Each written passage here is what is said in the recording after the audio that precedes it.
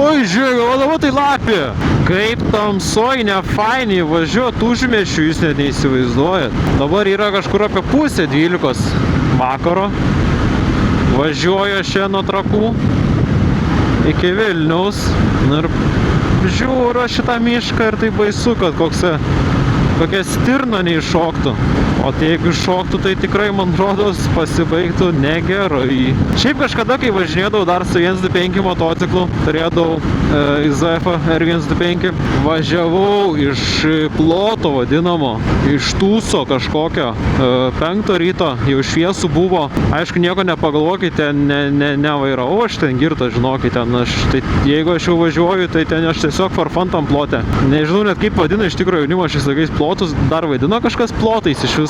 Bet va, atsimenu, žiūrėkit, čia nulyja geras. Oho, net nelyja šiandien. Bet šiaip kažkada stirna tiesiog man šoko tiesiai, va taip va. Kažkaip jos nemačiau ir man labai tiesiai per mocą ir aš ten važiavau, man atrodo, 100 ar 110, šiaip visai greitai. Žiūrėkit, matė mocą, man atrodos, šviesoforas.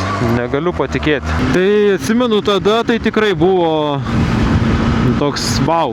Nu, ne vau, bet susimaščiau, kaip aš čia dabar važiuoju. Tikrai širdelė pasikalatojo.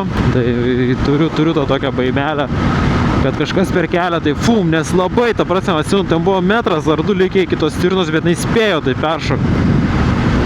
Baisu buvo, baisu. Rimtai kaip čia šlapio, Trakuose tai nieko nebuvo. Apie liūtį net nebuvo užsiminta, debesim nei nieko. Oi, ir bėgo gyvenuks. Bet ten katuks buvo, man rodos. Blema, šiurpai net nuėjo per kūną, bet ten katinas buvo.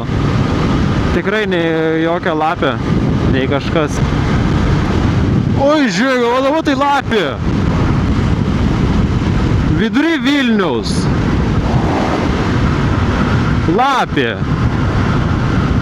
Net išsigandau. Šiaip net nemačiau jos iš tikro. Gerai, kad jinai į kitą pusę bėgo, negu aš važiavau. Nes jau toks biškių užsimastęs aš čia važiuoju. Kalbėjau apie taip, kaip baisu gyvūnas, kad ten miške išbėgs mano, ne? Bet pasirodo, tų gyvūnų reikia bijoti pačiam Vilniui.